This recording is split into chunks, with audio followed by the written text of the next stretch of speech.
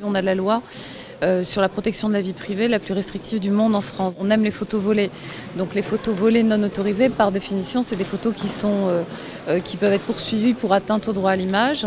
Voilà, la loi étant ce qu'elle est et permettant d'assigner, on a effectivement des assignations, pas toujours, mais on en a et il faut faire avec. Mais voilà, on espère que la jurisprudence de la Cour européenne des droits de l'homme effectivement, on va faire un peu bouger les lignes en France.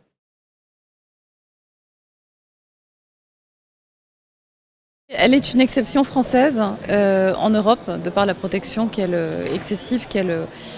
jugée excessive par la Cour européenne des droits de l'homme sur un certain nombre de sujets. La loi qu'on a est extrêmement protectrice. Donc je vous prends dans la rue en photo sans avoir un papier qui m'autorise à publier cette image, vous êtes tout à fait en droit de m'assigner, parce que même si cette photo est complètement anodine, si on vous voit marcher dans la rue, sourire, voilà, mais c'est une photo non autorisée. Effectivement, j'ai pas un papier de vous qui signe et qui m'autorise à la publier. Vous êtes en droit d'assigner le journal qui publie cette image et vous allez gagner à tous les coups.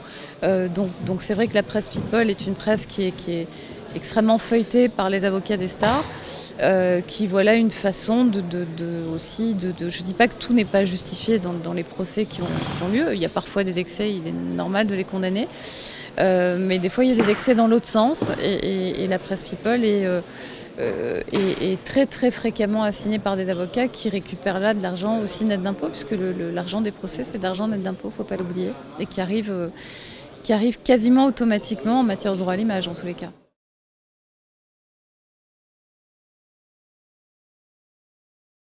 Je pense que oui, ça a passionné les Français, ça les passionne encore, à en juger par les chiffres de vente du livre de Valérie Trierweiler, qui bat quand même des records hallucinants. C'est une affaire qui a passionné les gens, qui les passionne encore. Et les journaux ne s'y sont pas trompés, puisqu'ils ont multiplié les unes et les articles concernant cette histoire pendant des semaines et des mois. Ça fait quand même 10 mois que cette histoire est sortie et on en parle encore. Il y a un livre qui est un record en librairie.